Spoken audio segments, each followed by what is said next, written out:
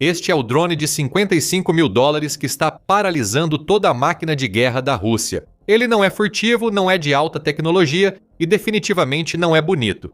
Mas o FP1 da Ucrânia se tornou silenciosamente uma das armas mais devastadoras da guerra, atingindo refinarias de petróleo, aeródromos, estações de radar e fábricas no interior do território russo. Barato, rápido de construir e quase impossível de parar. O FP1 está sendo produzido a uma taxa de 200 por dia, dando à Ucrânia mais poder de ataque de longo alcance do que a maioria dos países da OTAN juntos. O FP1 representa uma grande mudança nas capacidades militares da Ucrânia, algo que pode prejudicar seriamente o esforço de guerra da Rússia. Isso demonstra claramente o quão poderoso um drone de ataque de longo alcance pode realmente ser. Vamos descobrir por que a doutrina militar tradicional assumia que armas de ataque profundo precisavam ser sofisticadas, precisas e capazes de sobreviver. Isso levou a sistemas como o míssil de cruzeiro Tomahawk, que custa cerca de 2 milhões de dólares por unidade e incorpora tecnologia avançada de navegação por terreno, seguindo com radar, GPS, INS, navegação e eletrônicos robustos resistentes à guerra eletrônica. A lógica parece razoável à primeira vista. Se você vai atacar alvos a centenas de milhas atrás das linhas inimigas, precisa de armas que possam navegar por rotas complexas, evadir defesas aéreas, resistir a interferências e atingir seus alvos de forma confiável. Isso naturalmente elevou os custos à medida que os engenheiros adicionavam camada após camada de capacidade para garantir o sucesso da missão. Mas a experiência da Ucrânia com o Shahed-136 de design iraniano, que a Rússia implantou, revelou isso. A guerra moderna não depende de quem tem mais dinheiro para gastar em um único míssil, mas sim de quantos mísseis de baixo custo podem ser lançados o mais rápido possível. Então, em uma guerra convencional de alta intensidade, a simplicidade pode ser mais eficaz do que a sofisticação. O Shah custava entre 20 mil e 50 mil dólares para ser fabricado, mas o Ocidente precisaria gastar interceptadores de milhões de dólares para derrubá-los. Mesmo quando as forças ucranianas defendiam com sucesso suas cidades, elas estavam perdendo a guerra econômica a cada confronto. Os engenheiros ucranianos da Firepoint reconheceram que esse mesmo princípio poderia funcionar ao contrário, se a Rússia estivesse drenando o orçamento de defesa aérea da Ucrânia com drones de ataque baratos. Por que a Ucrânia não poderia esgotar a capacidade industrial militar da Rússia com plataformas de ataque igualmente baratas? A resposta se tornou o FP1, e a filosofia de design por trás dele revela por que às vezes menos realmente é mais. A Firepoint tomou uma decisão crucial que separou o FP1 de concorrentes como o drone Lyuty, enquanto a indústria de defesa ucraniana, ou Ukroboronprom, inicialmente apresentou o Lyuty como uma plataforma multifuncional que poderia servir tanto como drone suicida quanto como drones de reconhecimento reutilizável. A Firepoint projetou o FP1 desde o início como uma arma de ataque de uso único. Essa distinção pode parecer pequena, mas muda tudo sobre como o drone é construído. Uma plataforma de reconhecimento reutilizável precisa sobreviver a centenas de horas de voo. Ela exige materiais duráveis, construção robusta, sistemas sofisticados que não falhem com o tempo e um controle de qualidade rigoroso para garantir a confiabilidade. Pense nisso como a diferença entre uma caneca de cerâmica e um copo descartável. Uma precisa durar anos, a outra só precisa funcionar uma vez. Ao aceitar que o FP1 só completaria uma única missão, a Firepoint pôde eliminar todos os componentes que não contribuíam diretamente para essa tarefa. O resultado é um processo de produção que parece quase absurdamente simples para um sistema de armas capaz de atingir alvos a mais de 1000 milhas de distância. Os jornalistas que visitaram a fábrica da Firepoint em dezembro de 2025 descreveram o que viram como revolucionário. Em sua simplicidade, a fuselagem não é feita de material composto cuidadosamente curado, mas sim de plástico moldado a vácuo. O compartimento de aviônicos não é uma carcaça de alumínio usinada com precisão, mas sim de madeira compensada cortada a laser. O tanque de combustível é de plástico simples. O motor é literalmente um pequeno motor de ciclomotor, do tipo que você poderia encomendar de um fornecedor comercial. A asa e a cauda são montadas em 6 hastes de carbono e conectadas à fuselagem usando abraçadeiras, grampos e elásticos. Tudo isso parece algo construído em uma oficina de garagem, não em uma instalação de produção militar, mas esse é exatamente o ponto. Ao usar componentes prontos e técnicas de montagem simples, Firepoint criou um drone que pode ser fabricado em 3 dias por trabalhadores que não precisam de anos de treinamento especializado. Compare isso com os mísseis de cruzeiro ocidentais, que exigem meses de tempo de produção, instalações especializadas e trabalhadores com autorizações de segurança. Mas é aqui que a história fica ainda mais interessante. Embora a construção física do FP-1 seja deliberadamente primitiva, o software e os sistemas de orientação estão entre os mais avançados que a Ucrânia tem a oferecer. Dos 3.500 funcionários da Firepoint, aproximadamente 650 são engenheiros, muitos deles veteranos desmobilizados, que se especializam em guerra eletrônica, resistência e planejamento de missões de ataque. A empresa supostamente gasta cerca de 475 milhões de dólares por semana em todos os programas de pesquisa e desenvolvimento.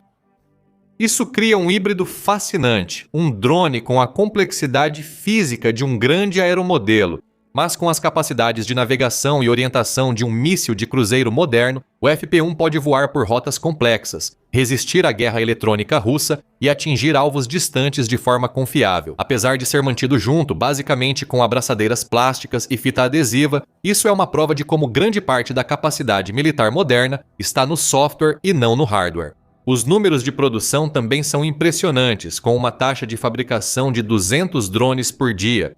A Firepoint produz mais plataformas de ataque de longo alcance em um único mês do que muitos países adquirem em anos. Para você ter uma ideia, os Estados Unidos atualmente têm capacidade para produzir cerca de 50 Tomahawks por mês, com a aquisição real sendo significativamente menor, em torno de 40 a 60 mísseis por ano. Mas a Firepoint produz 6.000 drones FP-1 por mês. Isso não é apenas uma diferença de ordem de magnitude, é uma abordagem completamente diferente para a produção militar, uma que prioriza a quantidade em vez da capacidade individual de cada plataforma. E quando você analisa as implicações estratégicas, a lógica fica clara. Vamos fazer algumas contas simples para que você entenda o quão pouco orçamento essa arma realmente precisa. A 55 mil dólares por unidade e uma taxa de produção de 200 por dia, Firepoint pode fabricar 11 milhões de dólares em capacidade de ataque diariamente ao longo de um mês. Isso são 330 milhões de dólares em drones de ataque de longo alcance por ano. É quase 4 bilhões de dólares em plataformas de ataque saindo das linhas de produção ucranianas agora. Compare isso com os custos de defesa aérea da Rússia. Um míssil russo S-400 custa aproximadamente de 2 a 6 milhões de dólares, dependendo da variante. Mesmo se considerarmos os interceptadores S-400 mais baratos a 2 milhões de dólares cada. A Rússia precisa gastar 40 dólares em defesa aérea para cada $1 gasto com drones ucranianos. E isso sem contar os sistemas de radar, lançadores, veículos de transporte e equipes de treinamento necessários para operar as baterias S-400. Mas fica ainda pior para a Rússia. O S-400 não é otimizado para derrubar drones pequenos e de movimento lento voando em baixa altitude. Ele foi projetado para engajar caças, mísseis de cruzeiro e mísseis balísticos em alta altitude e longo alcance. Usar um S-400 para derrubar um FP-1 é como usar uma marreta para matar moscas, exceto que a marreta custa milhões de dólares e você tem um depósito cheio de moscas. A defesa real da Rússia contra o FP-1 depende de um sistema em camadas, incluindo guerra eletrônica e defesa aérea de curto alcance, como o Panzer S-1, aviões de caça em patrulha e até equipes com metralhadoras tentando derrubar drones manualmente. Cada camada custa dinheiro e exige pessoal. Cada confronto, seja bem sucedido ou não, consome recursos que a Rússia precisa repor, e é aqui que a estratégia da Ucrânia se torna realmente engenhosa. Produzindo 200 drones FP-1 por dia, a Ucrânia consegue manter um ritmo ofensivo que simplesmente sobrecarrega a capacidade defensiva da Rússia. Mesmo que a Rússia derrube 90 dos drones que chegam, o que é uma estimativa otimista, isso significa que 20 drones por dia ainda atingem seus alvos. Isso representa 600 ataques bem-sucedidos por mês, atingindo infraestrutura militar russa, refinarias de petróleo, depósitos de munição, centros de comando e centros logísticos. O direcionamento estratégico à infraestrutura energética da Rússia revela toda a dimensão do que a Ucrânia está realizando. Lembre-se, cerca de 60% de todos os ataques são realizados apenas pelos FP-1. Então, a maioria dos ataques que aparecem nas notícias pode ter acontecido graças a esse drone simples. E a extensão dos danos é simplesmente impressionante. De acordo com várias fontes militares ucranianas, ataques de longo alcance danificaram severamente a capacidade de refino de petróleo e gás da Rússia ao longo de 2025, cessou. As refinarias em Ryazan, Toapse, Nizhny Novgorod e várias instalações em Tartaristão sofreram ataques repetidos. Cada ataque não destrói apenas a infraestrutura física, mas também obriga a Rússia a desviar recursos para reparos, aumenta os custos de seguro, interrompe as cadeias de suprimentos e envia sinais aos mercados globais de energia de que a capacidade de produção russa é vulnerável. Vamos colocar isso em termos econômicos. As exportações de petróleo e gás da Rússia geram cerca de 200 bilhões de dólares por ano, representando aproximadamente 40% do orçamento federal. A capacidade de refino impacta diretamente a quantidade de produtos petrolíferos refinados que a Rússia pode vender, e os produtos refinados têm preços mais altos do que o petróleo bruto. Cada ponto percentual de capacidade de refino que a Ucrânia elimina se traduz em bilhões em receitas perdidas. Ataques ucranianos teriam reduzido a capacidade de refino da Rússia em cerca de 10% em relação aos níveis anteriores à guerra. Isso representa perdas anuais potenciais de 20 bilhões de dólares em exportações de produtos refinados. Ainda mais significativo, a ameaça constante de ataques de drones obrigou a Rússia a desviar sistemas de defesa aérea das linhas de frente para proteger a infraestrutura estratégica. As baterias S-400 que deveriam estar protegendo as forças russas na Ucrânia ocupada, em vez disso, estão posicionadas ao redor de refinarias ou depósitos de munições. Isso cria um dilema estratégico que a Rússia não consegue resolver facilmente. Se proteger as refinarias, as forças russas na linha de frente perdem cobertura de defesa aérea contra drones e aeronaves ucranianas. Se proteger a linha de frente, as refinarias vão queimar. Com a Ucrânia produzindo 200 drones FP1 por dia, a Rússia enfrenta essa escolha todos os dias, sem boas opções. Mas, para realmente entender por que o FP1 representa um desenvolvimento tão revolucionário, precisamos compará-lo com outros sistemas de ataque de longo alcance que várias nações já implantaram. Vamos começar com o Shahed 136 iraniano, que a Rússia usou extensivamente durante a guerra. O Shahed custa entre 20 mil e 50 mil dólares, voa a velocidades de até 110 milhas por hora e entrega uma ogiva de aproximadamente 100 libras. É eficaz, barato e forçou a Ucrânia a desenvolver estratégias defensivas totalmente novas. O FP1 custa um pouco mais, cerca de 55 mil dólares, mas entrega mais do que o dobro da capacidade de ogiva, com 250 libras e voa a velocidades suficientes para atingir alvos a 1.000 milhas de distância. Mais importante ainda, a Ucrânia os fabrica em grande escala no próprio país, eliminando vulnerabilidades na cadeia de suprimentos e permitindo uma rápida adaptação com base na experiência de combate. E as alternativas ocidentais são ainda piores em alguns aspectos.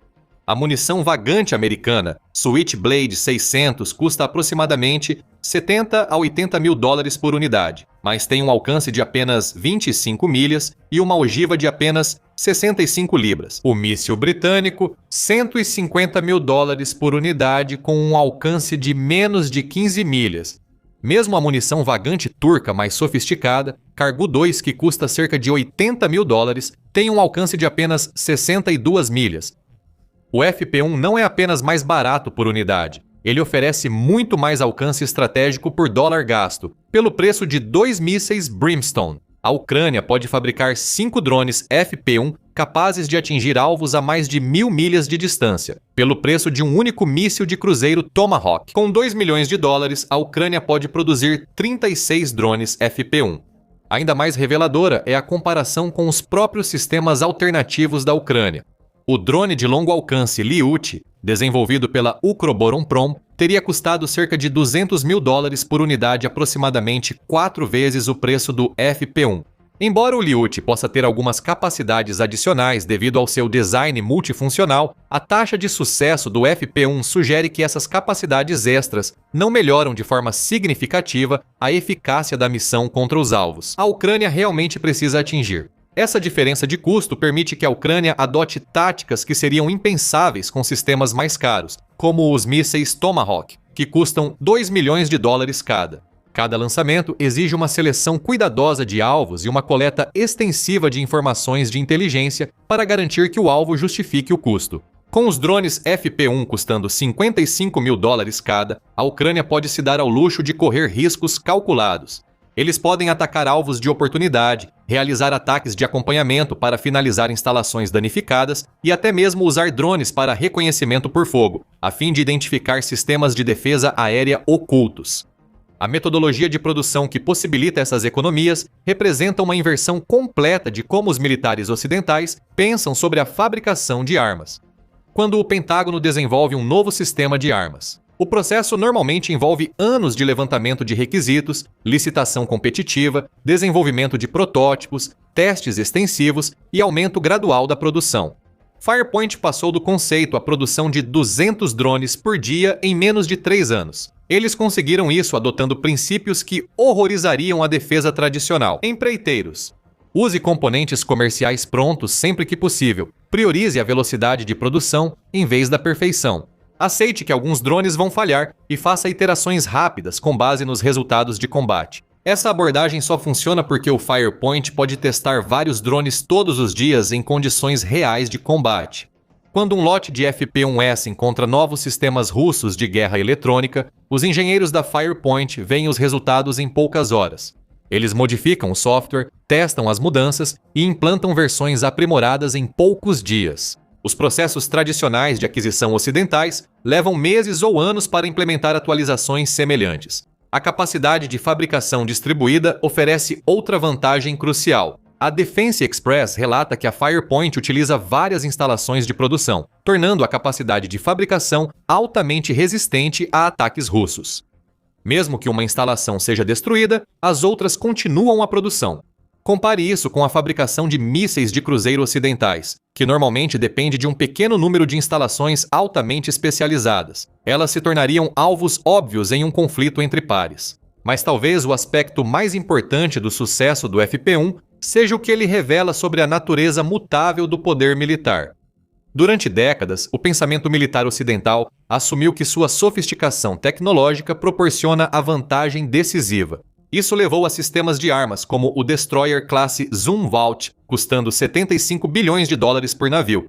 O programa Future Combat Systems, que gastou 18 bilhões de dólares sem colocar um único veículo operacional em campo, e o programa do helicóptero Comanche do Exército, que consumiu 7 bilhões de dólares antes do cancelamento. A suposição básica era que a tecnologia avançada multiplica a eficácia em combate de forma tão dramática que um número menor de plataformas superiores supera um número maior de plataformas inferiores. Um único F-35 pode dominar o espaço aéreo, onde dezenas de aeronaves mais antigas teriam dificuldades. Um único destroyer Aegis pode enfrentar ameaças que exigiriam vários navios de guerra convencionais para serem combatidas em conflitos de baixa intensidade contra oponentes tecnologicamente inferiores.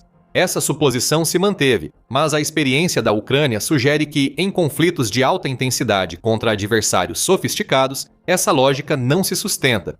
O problema não é que os sistemas avançados não tenham capacidade. Um F-35 é indiscutivelmente mais capaz do que qualquer caça de quarta geração. O problema é que sistemas avançados não podem ser produzidos, mantidos ou colocados em campo em quantidades suficientes para fazer diferença. Quando as taxas de atrito são altas e os alvos são numerosos, considere a situação estratégica que a Ucrânia enfrenta. A Rússia opera milhares de alvos militares espalhados por um território que abrange 11 fusos horários. Postos de comando, depósitos de munição, centros logísticos, aeródromos, entroncamentos ferroviários, instalações de armazenamento de combustível, oficinas de reparo, centros de treinamento e centenas de outros alvos contribuem todos para o esforço de guerra da Rússia. Destruir ou danificar esses alvos degrada a capacidade militar russa e os força a gastar recursos em reparos e reconstrução. Com mísseis Tomahawk custando 2 milhões de dólares cada, a Ucrânia poderia teoricamente atingir 500 alvos se os Estados Unidos fornecessem 1 bilhão de dólares em mísseis de cruzeiro. Isso parece significativo até você perceber que a Rússia tem milhares de alvos militares. Mesmo que cada míssil acerte seu alvo, a Rússia simplesmente absorveria as perdas e continuaria as operações. O impacto estratégico seria limitado. Com drones FP1 a 55 mil dólares cada o mesmo, 1 bilhão de dólares poderia teoricamente produzir 18.181 drones, mesmo assumindo perdas significativas para as defesas aéreas e falhas operacionais. Isso representa capacidade de ataque suficiente para atingir todos os alvos militares russos significativos várias vezes. Agora, o impacto estratégico se torna avassalador, mesmo com estimativas conservadoras da eficácia das defesas aéreas. A taxa de produção relativamente alta se traduz em centenas, ou potencialmente milhares, de ataques bem-sucedidos por mês. Nenhum exército pode suportar esse nível de desgaste contra a infraestrutura crítica e manter operações ofensivas. As implicações vão muito além da Ucrânia. Se um país relativamente pequeno, sob invasão ativa, pode desenvolver e implementar capacidades de ataque de longo alcance que rivalizam ou superam as das grandes potências, podemos ver o conceito de conflito futuro mudar drasticamente. O desenvolvimento do FP-1 também ilustra como a Ucrânia se tornou um campo de testes para o futuro da guerra. A Firepoint desenvolveu esse pequeno drone através de milhares de missões de combate, iteração constante baseada nos resultados do campo de batalha e engenharia sofisticada para derrotar as contramedidas russas. O gerenciamento da assinatura térmica do drone, os algoritmos de navegação resistentes a bloqueio de GPS e os designs estruturais otimizados para produção em massa representam avanços de ponta. A decisão da empresa de desenvolver seu próprio propelente sólido para lançamentos de impulso destaca especialmente essa inovação. Os propulsores de combustível sólido oferecem vantagens cruciais para operações de lançamento dispersas. Eles não exigem procedimentos complexos de abastecimento, podem ser armazenados por longos períodos e permitem ciclos de lançamento mais rápidos. Mas o desenvolvimento de propelente sólido exige conhecimento especializado em química, ciência dos materiais e protocolos de segurança na fabricação. A Defense Express relata que esse avanço posicionou a Firepoint para desenvolver mísseis balísticos. Isso representa uma escalada maciça na capacidade. Mísseis balísticos seguem trajetórias muito diferentes dos mísseis de cruzeiro como o FP-1, tornando-os muito mais difíceis de interceptar. Eles também entregam ogivas a velocidades muito maiores, aumentando o impacto cinético se a Firepoint conseguir produzir mísseis balísticos com até mesmo uma fração da eficiência que eles já alcançaram. Com o FP-1, a Ucrânia teria capacidades de ataque que rivalizam com as potências militares regionais. Mas além das capacidades técnicas e dos números de produção, o maior impacto do FP-1 pode ser psicológico. Por mais de uma década, a Rússia se posicionou como uma superpotência militar, com sistemas de armas sofisticados e capacidade industrial para sustentar conflitos prolongados. Propagandistas russos zombam regularmente das armas ocidentais, dizendo que são caras demais e ineficazes. Eles afirmam que as defesas aéreas russas podem derrubar qualquer ameaça. No entanto, aqui está a Ucrânia, um país com cerca de 1/3 da população da Rússia e uma fração do seu orçamento militar. Produzindo 200 drones de ataque de longo alcance por dia e atingindo com sucesso alvos em todo o território russo, as defesas aéreas russas não conseguiram impedir os ataques. Os contra-ataques russos não destruíram as instalações de produção da Firepoint e a guerra eletrônica russa não impediu a navegação do FP-1. Cada ataque bem-sucedido do FP-1 envia uma mensagem de que as defesas aéreas da Rússia não são impenetráveis. Sua infraestrutura estratégica é vulnerável. E a Ucrânia possui a capacidade industrial para sustentar essa campanha indefinidamente. Isso também afeta a percepção internacional sobre as capacidades russas, a confiança dos investidores nas indústrias russas e o apoio doméstico russo à guerra. Isso nos leva talvez à pergunta mais importante: o que acontece agora? A Firepoint já está produzindo o FP-2, uma plataforma semelhante e otimizada para ataques a mais de 200 km de distância, com uma ogiva de 100 kg. Isso preenche a lacuna operacional entre drones táticos como os sistemas FPV, que operam em distâncias inferiores a 25 km, e sistemas estratégicos como o FP-1, que operam a centenas de quilômetros de distância. O FP-2 oferece às forças ucranianas a capacidade de atacar posições russas, centros logísticos e postos de comando em toda a profundidade do território ocupado. A empresa também revelou o míssil de cruzeiro FP-5 Flamingo, embora os detalhes ainda sejam limitados. O que sabemos sugere que a Firepoint está aplicando a mesma filosofia de produção em massa a sistemas mais sofisticados. Se atingirem parte da eficiência do FP-1 com mísseis de cruzeiro que têm maior alcance, ogivas maiores ou sistemas de guiagem avançados, as implicações estratégicas se tornam enormes. Mas a verdadeira questão é se outras nações vão adotar a abordagem da Ucrânia. O FP-1 demonstra que a produção em massa de sistemas simples pode derrotar um número menor de plataformas sofisticadas. Isso sugere que todo o modelo ocidental de aquisição militar talvez precise ser reconsiderado e reconstruído do zero. Em vez de gastar bilhões em pequenas quantidades de sistemas sofisticados, talvez as nações devessem investir em capacidade de produção para quantidades maiores de sistemas adequados. E isso não é apenas uma teoria. Várias nações europeias já estão analisando com grande interesse os programas de drones da Ucrânia. A Polônia, os estados bálticos e os países nórdicos enfrentam ameaças potenciais da Rússia e estão buscando ativamente capacidades defensivas e ofensivas que sejam econômicas. O FP1 oferece um modelo. Identifique os requisitos reais da missão, elimine complexidades desnecessárias, otimize para a produção em massa e faça iterações rápidas com base em resultados do mundo real. Os contratados de defesa americanos estão observando nervosamente, caso o Pentágono decida que precisa de 10 mil drones de ataque de longo alcance em vez de 500 mísseis de cruzeiro. Isso representa uma mudança fundamental nas prioridades de aquisição e contratos no valor de centenas de bilhões de dólares. Empresas otimizadas para produzir pequenas quantidades de sistemas sofisticados vão precisar se reestruturar completamente para a fabricação em grande escala. Mas também existe uma possibilidade mais sombria. Se nações relativamente pequenas como a Ucrânia conseguem desenvolver essas capacidades, outros também podem. O Irã já está produzindo milhares de drones Shahed anualmente para exportação. Não está totalmente fora do reino das possibilidades que eles possam melhorar ainda mais o design. Para a Rússia, as implicações podem ser potencialmente devastadoras. O país está travando uma guerra em que seu oponente pode atacar infraestruturas estratégicas em todo o seu território, e o custo econômico da defesa excede o que a Rússia pode sustentar a longo prazo. Cada sistema de defesa aérea protegendo uma refinaria é um sistema de defesa aérea que não está protegendo as tropas na linha de frente. Cada rublo gasto em reparos é um rublo que não é gasto em munição ou armas. Cada ponto percentual da capacidade de refino destruída representa bilhões em receitas de exportação perdidas, e a Ucrânia não está desacelerando. Firepoint continua expandindo sua capacidade de produção. Outras empresas ucranianas estão desenvolvendo seus próprios sistemas de longo alcance. O Ministério da Defesa está aprimorando as prioridades de alvos e a avaliação dos danos de batalha.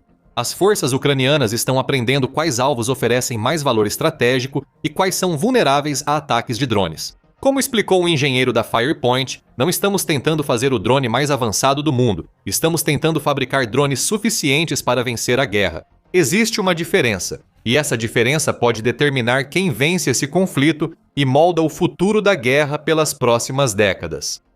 Obrigado por assistir.